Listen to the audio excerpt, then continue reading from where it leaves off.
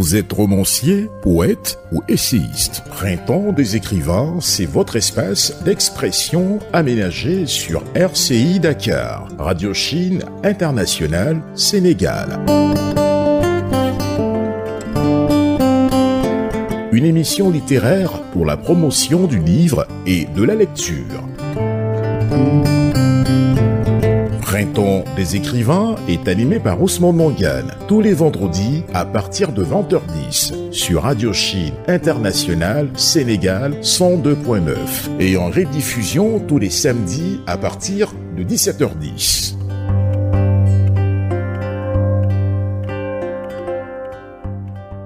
Radio Chine Dakar, faites-vous une autre idée de la radio.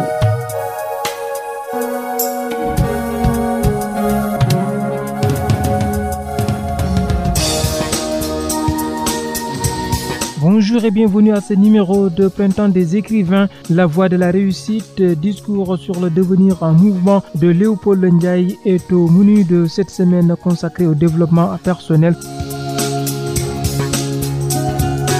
Vous aurez les autres rubriques de cette émission courant littéraire axée cette semaine sur le réalisme, chef-d'œuvre avec Madame Bovary de Gustave Flaubert et notre lauréate de la semaine est Madame Aminata Soufal. À la réalisation et à la présentation de cette émission, Ousmane Mangane, au mixage Falousso, à la mise en onde radiophonique Mandoy Ndoye. Printemps des écrivains sur Radio Chine Internationale Sénégal 102.9. On démarre avec la présentation de notre invité. Lecture, Daoud Savodogo. Monsieur Léopold Ndiaye est un écrivain, gestionnaire des ressources humaines et coach de vie. Il est né il y a 47 ans dans un village de la région de Fatigue, Bakobof. Après un bac littéraire en 1990 obtenu au lycée d'Amba Diop de Mbour, il rejoint la faculté des sciences juridiques et économiques de l'université Cheikh Anta Diop de Dakar. C'est un juriste de formation spécialisé en sciences criminelles, options sûreté et sécurité aéroportuaire. C'est un passionné des sciences humaines et du développement personnel. Pendant des années, il a fait des recherches dans ce domaine. Il donne également des formations très pratiques dans ce domaine dans des écoles de formation de la place. Il se bat chaque jour pour que ses semblables aient une vie meilleure. Monsieur Ndiaye a publié 8 ouvrages, à savoir Memento de microfinance, les dirigeants élus des systèmes financiers décentralisés, édition Diaspora Noire, Montréal, décembre 2011, 96 pages, collection Savoir, guide pratique à l'intention des dirigeants élus des SFD. De l'ombre à la lumière, le combat pour la vie, édition Diaspora Noire, Montréal, juin 2012, 132 pages, collection Conscience, essai de philosophie, Mon peuple accuse. Les princes sont-ils machiavéliques? Édition Diaspora Noire, Dakar, novembre 2015, essai politique. Le nénuphar des déserts. Édition Édilivre, Paris 2015, recueil de poèmes. Pour une nouvelle conscience positive. Édition Diaspora Noire, Dakar, juin 2016, développement personnel. Les paroles qui guérissent, une thérapie au jour le jour. Auto-édition, juin 2017, 266 pages, développement personnel. La voie de la réussite, discours sur le devenir en mouvement. Auto-édition, novembre 2017, 323 pages, développement personnel. Les paroles du silence, une voie vers le bonheur, auto-édition, avril 2018, 371 pages, développement personnel. Enceinte, fleur du cœur, recueil de poèmes, auto-édition, juin 2018, 93 pages. Article, édition financière et amélioration du portefeuille de crédit. Revue Microfinance et Développement, référendum du 20 mars 2016 au-delà des débats politiciens. Les véritables enjeux. 16 pages, publiées le 16 mars 2016. Traduction des modules d'éducation financière globale en Wolof. Apparaître, Andy Rosroff, Serrer Né. Serrer, le fou de Natongué. Roman fiction politique. Les aventures du Mignan. Chronique.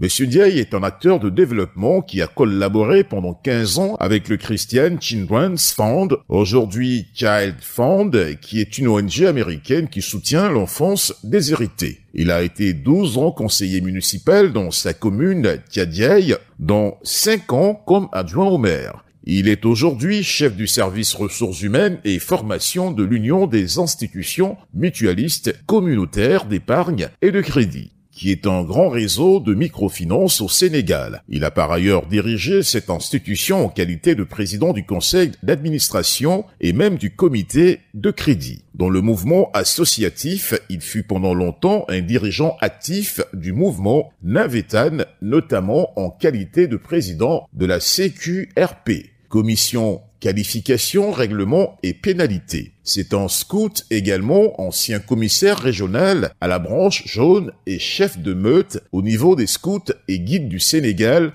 et militant engagé de la jeunesse étudiante catholique à l'époque où il était élève et étudiant. Radio Chine International, 102.9 à Dakar et à Saint-Louis, 106.6 à Kaolack et à Ziguinchor. Et sur Internet, www.rcisénégal.com. Printemps des écrivains est animé par Ousmane Mangane. Nous avons le plaisir de recevoir Monsieur Léopold Ndiaye, écrivain, coach, mais également poète. Bonjour Monsieur Ndiaye. Bonjour Monsieur Mangane. Alors, nous allons parler de vos ouvrages parce que vous avez publié quand même 9 ouvrages et là, nous avons choisi La voie de la réussite, discours sur le devenir en mouvement, publié en 2015. Alors, est-ce que vous pouvez d'abord nous expliquer pourquoi le choix de ce thème qui est consacré donc au développement personnel? Merci Monsieur Mangane. Je dis un grand bonjour également à tous vos auditeurs et auditrices. Voilà, en fait, je suis écrivain, c'est vrai, essayiste, poète également, mais je me consacre surtout au développement personnel. Pourquoi le choix du développement personnel? Parce que moi, je pense qu'aujourd'hui, il y a plein de personnes qui sont là, qui veulent réussir, mais qui ne savent pas quelle est la voie à adopter pour pouvoir accéder à la réussite. Et le plus grand problème, le plus grand frein de ces personnes, c'est surtout le manque de confiance en soi. Donc j'ai pris sur moi-même d'accompagner ces personnes, aussi bien en entreprise qu'individuellement, pour leur permettre de découvrir quelle est la meilleure personne qu'elles sont pour pouvoir accéder à la réussite. Et j'ai consacré mon 5e ouvrage qui est publié en 2017, comme vous l'avez dit, à la réussite, dans lequel j'ai décliné quelques principes de réussite. Et là, peut-être que vous avez observé l'environnement, vous avez vu des jeunes peut-être qui ont du mal à donc garder cette confiance et également se promouvoir au niveau donc des entreprises. Oui, c'est vrai, mais c'est surtout parti d'un constat personnel, d'abord sur moi-même, qui part du fait que la plupart du temps, nous recevons certains préceptes au niveau du vie surtout familial et d'autres préceptes que nous impose la société mais qui à mon avis ne peuvent pas s'imposer à tout le monde. Le plus grand de ces principes, c'est qu'on nous dit la plupart du temps, tu ne peux pas faire telle chose, tu ne peux pas accéder à tel stade parce que dans ta famille il n'y a aucune personne qui ait eu à faire cela. Alors pour moi je me suis dit que les possibilités de l'être humain ne sont pas limitées. On peut tout faire dans la vie, on peut accéder à n'importe quel stade où on veut accéder. Il suffit tout juste non seulement de croire en soi, mais de pouvoir déterminer quelle est ma mission de vie sur Terre. Et ça, c'est extrêmement important. On ne peut pas réussir dans la vie tant qu'on ne sait pas pourquoi nous sommes sur Terre. Et chaque être humain, principalement les jeunes, doivent définir quelle est leur mission de vie. Ça, c'est un. Deuxièmement, également, ils doivent décliner quelle est leur vision de vie. Et cette vision de vie te permettra de te dire, d'ici 5 ans, d'ici 10 ans, voici l'homme que je veux être, voici la personne que je veux être, voici le stade auquel je veux accéder. La deuxième chose, c'est que plein de personnes sont confrontés à des difficultés de vie. Et ces difficultés dans la vie font qu'ils baissent les bras et se disent « c'est foutu, je ne peux plus y arriver ». Et il y a un grand penseur qui disait « c'est impossible tant qu'on ne l'a pas fait ». C'est impossible tant qu'on ne l'a pas fait. Mais nous sommes comprimés par nos peurs, par nos doutes qui sont là tout le temps en nous et qui nous empêchent véritablement d'accéder sur la montagne de la réussite comme je le dis. Alors c'est cet ensemble de paradigmes qui ont fait que je me suis consacré entièrement au développement personnel, aussi bien dans les écoles de formation où je donne des cours, mais également dans les ouvrages. La plupart de mes ouvrages sont consacrés au développement personnel. Donc l'être humain est au centre de votre réflexion. C'est ça, l'être humain est au centre de ma réflexion. Je suis foncièrement humaniste. Comme disait l'autre, je suis humain, je suis homme, et la mort de tout homme m'amoindrit. Ça veut dire que donc, Aujourd'hui, la plus grande réflexion qu'on peut faire, c'est la réflexion qui est centrée sur l'homme. Parce que l'homme est au début et à la fin de tout le monde. Mais peut-être pas une réflexion humaniste comme on l'a déjà fait en temps. Moi, je pense que j'ai une réflexion proactive sur l'homme. Cette réflexion proactive qui fait que je ne déifie pas peut-être l'homme, mais je me dis qu'en chaque être humain, il y a du divin. Parce que comme je l'ai dit dans mon 9e ouvrage, nous venons de la grande source, cette source originelle, qu'on peut appeler Dieu, Allah, je ne sais pas moi, quel que soit le nom qu'on lui donne. Mais chaque être humain est une petite étincelle qui vient de cette grande étincelle. Et il faut qu'on en soit conscient. Et ceci étant donc, ça veut dire que nous avons un magma de possibilités qui sont en nous. Mais encore faudrait-il y croire. Croire que nous pouvons y arriver. Quand je dis qu'on peut tout faire, les gens me disent que tu es fou. Je ne suis pas fou. Mais moi, je pense qu'il n'y a pas d'impossible. Et je dis tout le temps aux gens qu'il y a 2 mots que j'ai rayés complètement de mon vocabulaire. Impossible et échec. Dans mon 2e essai de philosophie, qui est intitulé « De l'homme à la lumière, le combat pour la vie », j'ai consacré un chapitre entier à l'échec, où j'ai dit l'échec n'existe pas. L'échec, c'est quand on a peut-être mal fait la chose, mais quand même on aura appris quelque chose. Et Rocky disait qu'il n'y a pas quelque chose qui donne plus de coups que la vie. La vie te donne des coups, te met même groggy, mais il faut tomber 7 fois, mais il faut se relever 8 fois. C'est ça ma conviction. Et là, donc, vous pensez également que chaque homme, quand même, a quelque chose d'important et bien qui est en lui, qui dort également, et qu'il faut réveiller peut-être et mettre ça en valeur. Dans chaque homme, il y a une mine d'or. Il y a une mine d'or, mais malheureusement qu'on ne découvre pas. Et comme je le disais, pour le découvrir, je l'ai exposé largement dans mon ouvrage. J'ai décliné 12 principes dans cet ouvrage. Et j'ai terminé par un chapitre sur le leadership. Mais dans chaque être humain, il y a énormément de possibilités qui dorment. Mais il faut peut-être un déclic pour pouvoir réveiller cette mine d'or qui est en nous. Mais pour cela, comme je disais tout à l'heure, si on ne découvre pas sa mission de vie, si je vous disais aujourd'hui, M. Magan, pourquoi vous êtes sur Terre? Vous allez me répondre quoi? Certainement la réponse que donne tout le monde. Pour adorer Dieu. Oui, c'est vrai. Ça, c'est évident. Nous sommes tous là pour adorer Dieu. Mais au-delà de l'adoration de Dieu, je suis là pourquoi? Cette mission de vie, tant que tu ne l'as pas découvert, tu es comme un rat en plein jour. Tu te cognes sur les murs, mais tu ne sais pas où tu vas. Il faut savoir où on va. Ça, c'est la première des choses. Et quand tu découvriras ta mission de vie, chaque fois que tu vas te lever le matin et que tu vas y penser, tu seras même prêt à donner ta vie pour ça. Et tu découvriras que je suis là pour ça. Par exemple, moi, lorsque j'ai découvert que ma mission, c'était vraiment d'écrire, de coacher les gens, de les aider, je ne demande même pas un seul sou pour pouvoir le faire. Parce que je sais que je suis là pour ça. Ça, c'est un. Mais deuxièmement, il faut te projeter dans l'avenir. Même s'il est vrai que le plus important, ce n'est ni l'avenir, ni le présent, parce que dans ma conception également du temps, c'est ce qu'on appelle le temps psychologique, dans ma conception du temps, l'avenir et le passé n'existent pas. C'est l'instant présent qui existe. Alors, comment? Oui, parce qu'aujourd'hui on dit que le passé est aussi important que le présent. Ça, c'est le temps chronologique. Le temps, il y a 2 types de temps. Il y a le temps chronologique qui est divisé en passé, présent, futur, etc. Il y a le temps psychologique qui se confond maintenant dans la personnalité de l'être humain et dans sa conception de la vie. Le passé, votre passé, qu'est-ce que vous pouvez changer dans votre passé? Rien. Le passé est passé. Vous n'avez aucune influence sur votre futur parce que vous ne savez même pas si vous arriverez au futur. Donc, ce passé et ce futur ne doivent pas nous préoccuper tant. Et malheureusement, les gens oublient ce qu'ils sont en train de vivre.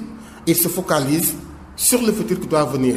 Ou bien, ils sont en train de se lamenter, de se flageller parce qu'ils ont fait ceci, ils ont fait cela. Ce que tu avais fait, tu l'as fait, c'est terminé. Ce n'est pas la fin du monde. Et tu ne peux pas le changer. Donc le plus important, c'est ce que je suis en train de faire en ce moment. Je suis en train de faire une émission avec vous. Tout ce que j'ai dit aujourd'hui, je peux le changer à l'instant présent. Mais ce que j'ai déjà dit, c'est fini. Alors pour changer sa vie, il faut agir sur le présent et non se focaliser sur le futur. Ça ne signifie pas qu'on n'aura pas des objectifs. On aura des objectifs dans le futur. Mais travaille sur ton présent si tu peux changer. Et d'ailleurs, c'est pourquoi les gens disent que mes pensées d'hier sont ce que je suis aujourd'hui.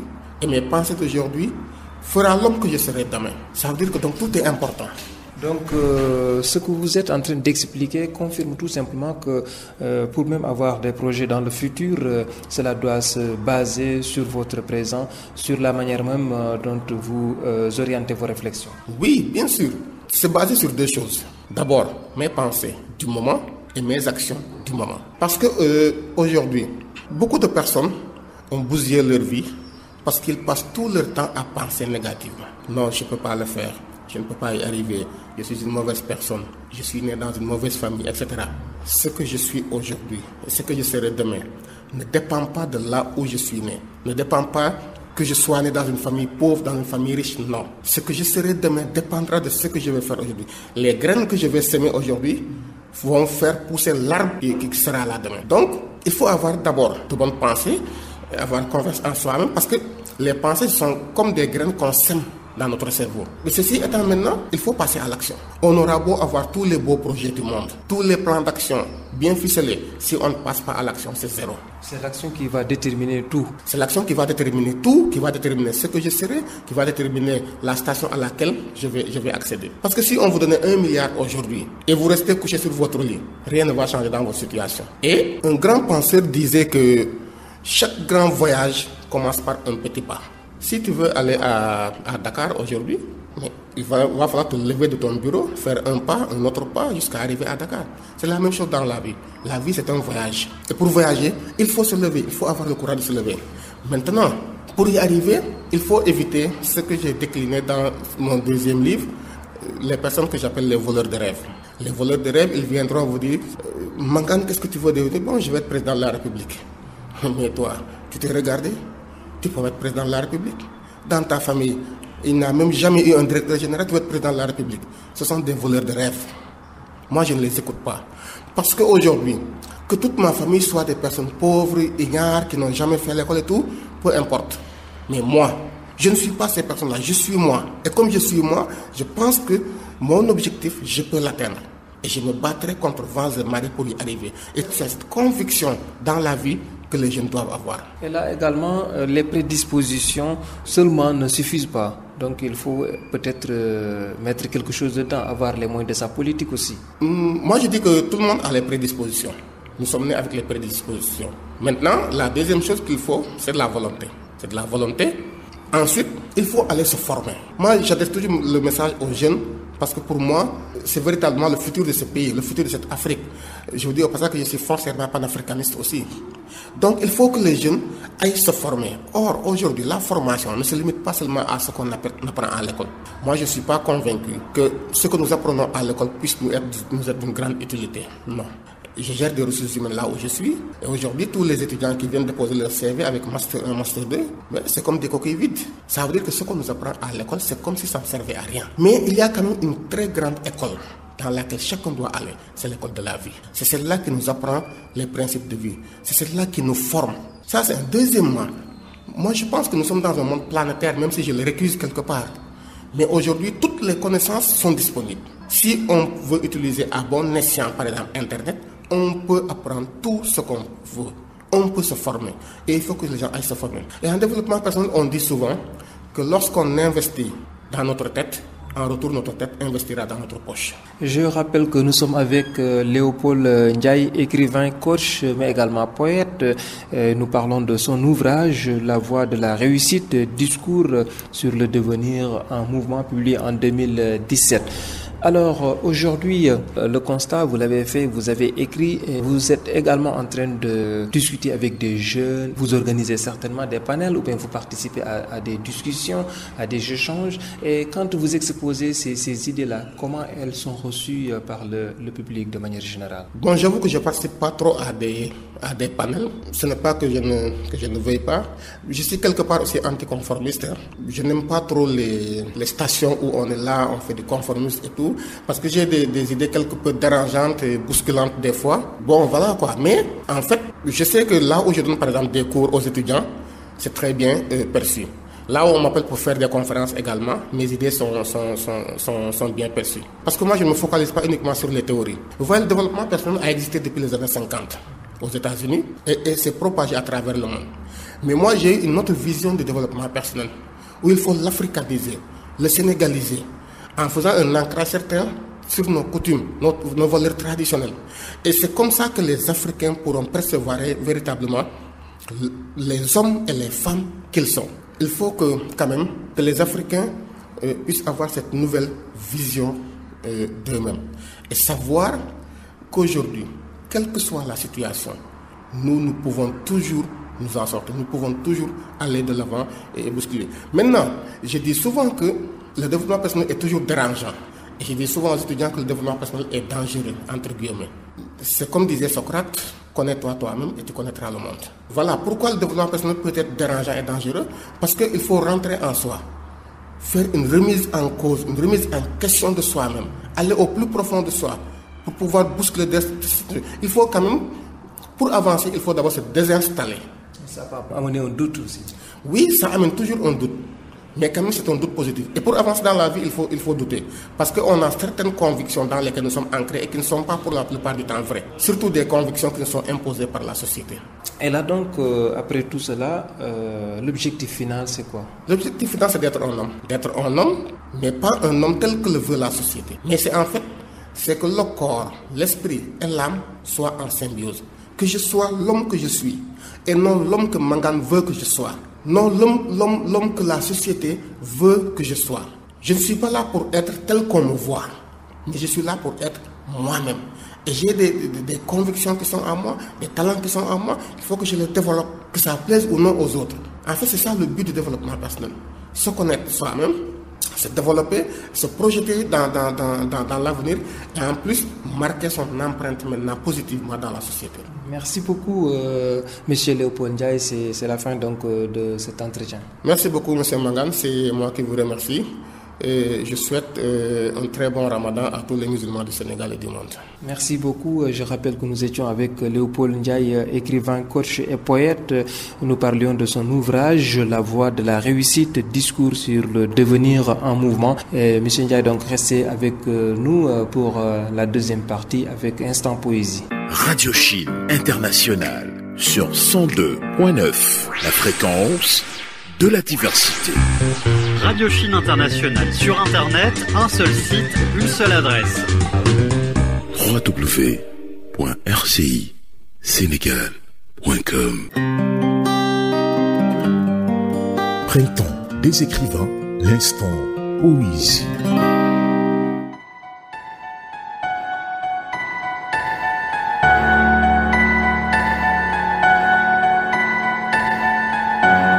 Bonjour, je m'appelle Léopold Ndiaye, je suis écrivain poète et je vais déclamer un poème qui est tiré de mon recueil de poèmes publié en 2018 et qui s'intitule Enceinte, fleur du cœur. L'homme du peuple. Je te vois l'échine courbée au soleil de tes angoisses. Je t'observe. Sillon de ton sang, les peurs de ton futur incertain. Yeux hagards, langue pendante, la gorge sèche de ta soif de justice, le cœur brisé par l'indifférence des nouveaux riches. Tes oreilles bourdonnent encore de promesses mensonges jamais tenues. Ton âme s'éparpille aux quatre coins de ta pirogue brisée. L'homme du peuple n'est pas dans le peuple. L'homme du peuple n'est pas du peuple. L'homme du peuple n'est pas au peuple. Il est cet autre anonyme, au visage défiguré, cet être qui chancelle dans l'oubli des mémoires de prince, cet être dépouillé de sa toge d'humanité, qui subit les sentences de l'admirable roi. Le corps lacéré d'une vie de misère et de souffrance. Son cœur moisi dans les immondices des trahisons du Pacha. Lui qui se pavane entre deux airs pour défendre la cause perdue d'une justice désacralisée. Oui, je crois. Oui, je crois, mais pas seulement en la croix. Jésus l'a porté pour l'humanité, l'amour dans son cœur, l'humanité. La religion n'est pas mon fort. L'amour, la paix et la charité me rendent fort. Par contre, ma foi est inébranlable, car j'ai foi en l'homme incontrôlable. Islam, christianisme, judaïsme, ça ne me dérange pas. Je n'ai pas de moule qui m'encastre. J'ai Dieu pour voler avec mon cœur. Rogue saint de mes ancêtres qui me protègent. Rogue saint de partout qui m'entoure. Ma divinité folle et fait un tour. Les mains chantent la beauté de la créature. Et mon esprit s'ouvre aux merveilles de l'écriture. Dans les chants sanctifiés de l'écriture, je lis les messages cachés du Créateur. Ma plume trempée à l'encre de l'Éden. Je trace les contours de mes croyances révélées. Je compris qu'il n'a que faire de religion. Mais de l'amour, il veut mouiller nos êtres. Car depuis toujours, Alea Yacta Est. Salam, peace, paix, jam dans la tour de Babel.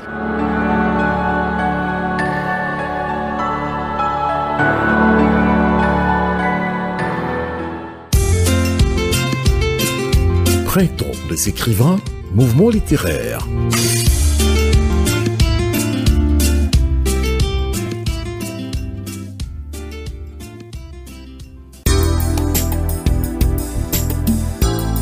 Tendance apparue autour de 1830, le terme est lancé dans son acception esthétique en 1833, qui délaissait l'idéalisme romantique tant dans ses genres que dans ses thèmes, s'opposant notamment à la subjectivité ou à la peinture d'histoire pour s'intéresser aux scènes et aux mœurs de la vie quotidienne, avec un souci de vérité. En tant que mouvement, il ne se constitue véritablement qu'entre 1850 et 1870. Le réalisme fut d'abord introduit en peinture par le genre du paysage grâce aux peintres de l'école de Barbizon, Théodore Rousseau, Dupré-Diaz, Daubigny, qui prépare également l'avènement du naturalisme et de l'impressionnisme. À la faveur de bouleversements idéologiques, sociopolitiques et scientifiques, le réalisme en vient à s'intéresser directement à ce que les gens perçoivent, décrètent que tout événement, objet, être, chose ou action sont dignes d'être des sujets picturaux ou littéraires et qu'ils doivent être rendus de manière véridique. La littérature réaliste est caractérisée pour l'essentiel par les romans produits en Europe et aux États-Unis entre 1840 et 1890, époque où le réalisme céda la place au naturalisme. Le réalisme littéraire naquit en France avec certaines œuvres d'Alfred, de Musset et de Balzac, et puis une forme plus achevée avec les romans de Gustave Flaubert, les nouvelles de Guy de Maupassant et les romans d'Émile Zola. En Russie, Anton Tchekhov se fit l'ambassadeur du réalisme dans ses pièces et dans ses nouvelles. La romancière George Eliot introduisit le réalisme dans la fiction anglaise comme elle l'écrivit dans Adam BD 1859. Son intention était de donner une représentation fidèle des choses ordinaires. Mark Twain et William Dean Howell furent les pionniers du réalisme aux États-Unis. L'un des plus grands écrivains réalistes, le romancier américain d'origine britannique Henry James, puisait la majeure partie de son inspiration dans les œuvres de ses mentors Eliot et Howell. La production de ces écrivains illustre les principes du réalisme en vertu desquels les écrivains ne doivent pas choisir des faits en fonction d'idéaux esthétiques ou moraux préconçus, mais doivent noter leurs observations de manière impartiale et objective, cherchant à rendre fidèlement les scènes de la vie courante des aspects les plus élevés aux plus vulgaires. Les réalistes avaient tendance à minimiser l'intrigue au profit de la psychologie des personnages et mettaient plus particulièrement en scène les préoccupations de la classe moyenne, estimant que leur œuvre devait jouer un rôle social et ne pas être seulement un travail sur les formes langagières. Printemps des écrivains, chef-d'œuvre.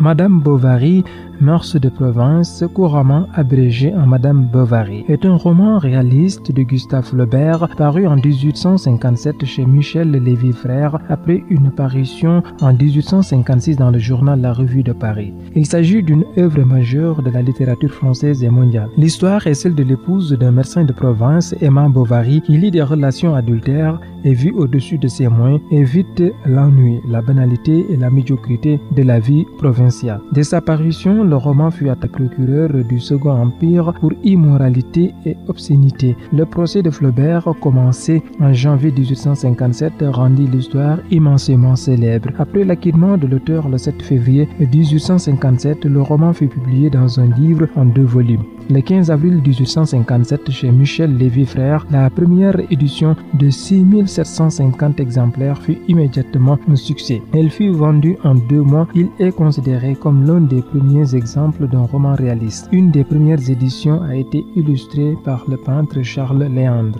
Madame Bovary de Gustave Flaubert commence lorsque Charles Bovary est encore un adolescent incapable de s'adapter à sa nouvelle école et ridiculisé par ses nouveaux camarades de classe. classe. Il restera médiocre et terne. Après de laborieuses études de médecine, il devient un médecin de campagne de second ordre. Sa mère le marie avec une veuve bien plus âgée que lui qui mourra peu de temps après, presque ruiné par son notaire qui a disparu avec sa fortune. Charles tombe bientôt amoureux d'Emma Roll, la fille d'un patient élevé au couvent, et lui demande de l'épouser. Il s'installe à Tost, un village normand où Charles exerce la médecine. Mais le mariage ne répond pas aux attentes romantiques d'Emma. La réalité ne correspond pas à ce qu'elle a lu dans les livres. Jeune fille, elle a rêvé de l'amour ou au mariage comme d'une solution à tous ses problèmes. Tandis de Charles, un peu frustré, mal dégrossi et au comble du bonheur avec cette épouse qu'il trouve parfaite. À la suite d'un bal extravagant à la Bobby Sayard, chez le maquis d'Andervilliers, Emma se réfugie dans le souvenir de cette soirée et commence à rêver d'une vie sans cesse plus sophistiquée. Elle rêve de Paris, lit Balzac, je ne sais, s'ensuit et déprime quand elle compare ses fantasmes à la réalité de monotonie de la vie du village et finalement son apathie la rend malade. Lorsque Emma tombe enceinte, Charles décide de déménager dans une autre ville dans l'espoir d'améliorer sa santé. À Yonville-l'Abeille, les époux Bovary rencontrent Omaï, le pharmacien de la ville, un moulin à parole pompeux qui s'écoute parler et Léon depuis un clerc de notaire qui, comme elle, s'ennuie à la vie rurale et aime s'évader à travers des romans romantiques. Il se trouve des goûts communs. Aimant de naissance à sa fille Berthe dessus, elle aurait aimé avoir un fils. Elle continue d'être déprimée. Emma et Léon entretiennent une relation platonique et romantique. Cependant, quand elle se rend compte que Léon l'aime, elle culpabilise et se donne le rôle d'une épouse dévouée. Léon se fatigue d'attendre et croyant qu'il ne pourra jamais posséder Emma, part étudier le droit à Paris. Emma n'en est que plus triste. Bientôt à une foire agricole, elle se laisse séduire par un riche voisin nommé Rodolphe Boulanger. Attiré par sa beauté, c'est une liaison passionnée. Emma est souvent indiscrète, si bien que tous les habitants jugent à son sujet. Charles, cependant, ne soupçonne rien. Son adoration pour sa femme et sa stupidité se combinent pour le rendre sourd à tous les ragots. Sa réputation professionnelle subit un coup dur quand, poussé par Homais et par Emma, il tente une opération chirurgicale pour traiter un homme pied-beau. Hippolyte, le garçon de l'écurie de l'auberge, et finissent par devoir faire appel à un autre médecin pour amputer la jambe. Dégoûtée de l'incompétence de son mari, Emma se jette avec encore plus de passion dans sa liaison avec Rodolphe qui ne la traite pas très gentiment. Elle emprunte de l'argent pour lui acheter des cadeaux et suggère qu'ils s'enfuient ensemble et avec Berthe en Italie. Il acquiesce mollement mais assez rapidement. Rodolphe, blasé et mondain, s'ennuie des affections exigeantes d'Emma. Refusant de s'enfuir avec elle, il la quitta. Désespéré, Emma tombe malade et envisage même de se suicider. Au moment où Emma reprend pied, Charles est en difficulté financière. Il a dû emprunter de l'argent pour payer les dettes de sa femme, mais aussi son traitement. Pourtant, il décide de l'amener à l'opéra dans la ville voisine de Rouen, là où il retrouve Léon. Cette rencontre ravive la vieille flamme romantique entre Emma et Léon et il s'engage cette fois dans une histoire d'amour. Emma s'enivre de ses voyages hebdomadaires à Rouen. Il accumule les dettes à l'usurier leur qui prête de plus en plus d'argent à des taux d'intérêt exagérés. Elle est de moins en moins discrète avec Léon, si bien qu'à plusieurs reprises, ses connaissances sont à deux goûts de découvrir son infidélité. Au fil des temps, Emma s'ennuie avec Léon et réciproquement. Ne sachant pas comment le quitter, elle se fait de plus en plus exigeante alors que sa dette enfle de jour en jour. Finalement, l'heureux fait saisir les biens d'Emma pour compenser la dette qu'elle a accumulée. Terrifiée que Charles découvre la situation, elle tente désespérément de réunir l'argent dont elle a besoin. Fait appel à Léon et à tous les hommes d'affaires de la ville. Finalement, elle tente même de se prostituer en proposant de revenir auprès de Rodolphe s'il lui donne l'argent dont elle a besoin. Il refuse et poussé à bout, il se suicide en avalant de l'arsenic. Elle meurt dans d'horribles souffrances devant Charles affolé qui ne sait que faire. Pendant un certain temps, Charles idéalise la mémoire de son épouse avant de découvrir les lettres de Rodolphe et Léon. Confronté à la vérité, harcelé par les créanciers, ruiné et désemparé, il meurt de chagrin. Printemps des écrivains, prix littéraire.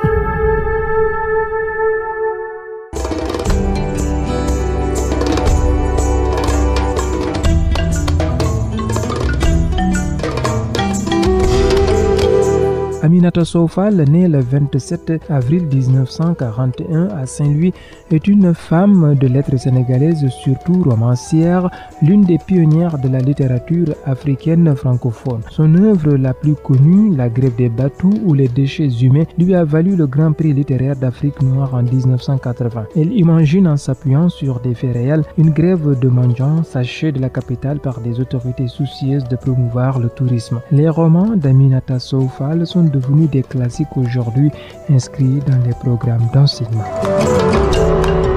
Radio Chine Dakar, faites-vous une autre idée de la radio. Amis auditeurs, merci de nous rester fidèles sur les antennes de Radio Chine Internationale. C'est fini pour ce numéro de Printemps des écrivains. À la réalisation et à la présentation, Ousmane Mangane, au mixage Falousso, à la mise en onde radiophonique Mando Indoy. Merci de nous rester fidèles.